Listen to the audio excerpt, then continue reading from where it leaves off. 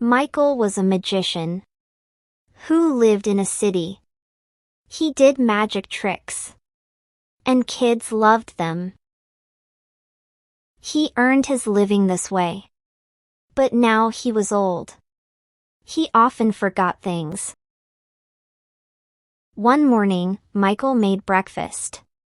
He took bread, eggs, butter, and tea. He put the bread in a pan and toasted it. Then he fried eggs. He poured tea into a cup and took a sip. Oh no! I forgot sugar. He laughed and shook his head. One night, he thought, I should go to a village. Kids there will like my magic. The next day, he packed his bag. He put in his magic wand, cards, colorful scarves, coins, and a small rabbit. He also packed some clothes. Okay. Ready for the journey? He said to himself. The very next morning, he headed to a nearby village. By afternoon, he reached it. He went to a small open cafe and ordered tea and lunch. The waiter brought rice, chicken, and vegetables. Michael ate slowly, savoring each bite. Soon, the tea arrived, and he started sipping.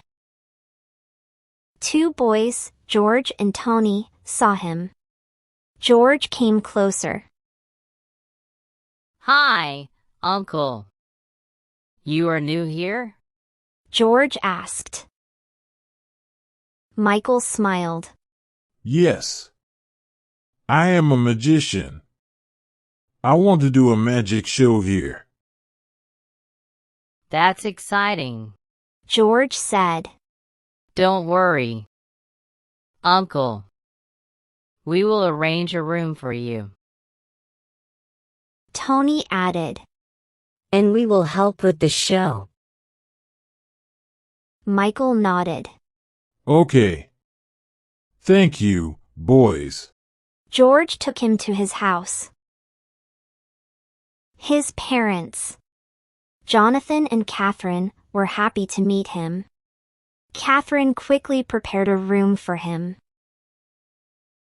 George and Tom showed him the room. Uncle, do you like the room? George asked. Of course, son. Michael replied. The room had a cozy bed, a small table, and a chair. George and Tony went back, smiling. The next morning, Catherine served breakfast. Michael came with George and Tony. Mr. Michael. Sit here. Jonathan said. Thank you. Michael smiled, taking his seat. Jonathan said.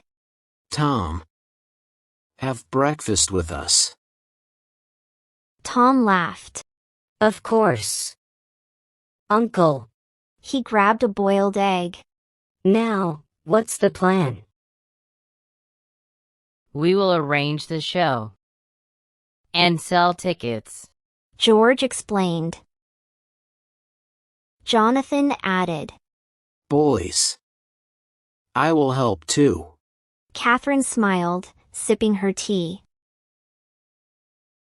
George and Tony decided to use the house yard for the show. They made tickets and went door to door to invite the villagers. Tom stood at Mrs. Smith's door and rang the bell. When Mrs. Smith opened the door, Tom said, Hello, Aunt. We are organizing a magic show. A great magician has come. The show will be on Sunday. It will be very interesting. The ticket is just $10.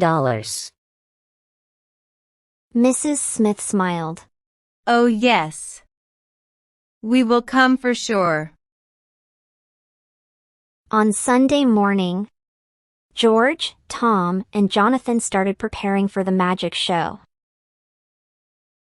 They set up a small stage in the yard. Tom arranged chairs in rows, while George asked the neighbors. Can we borrow a few chairs? Some neighbors brought the chairs. Michael smiled. Wow. You boys are very organized. By evening, the villagers started arriving. George and Tom were at the gate, selling tickets. Tickets! Tickets!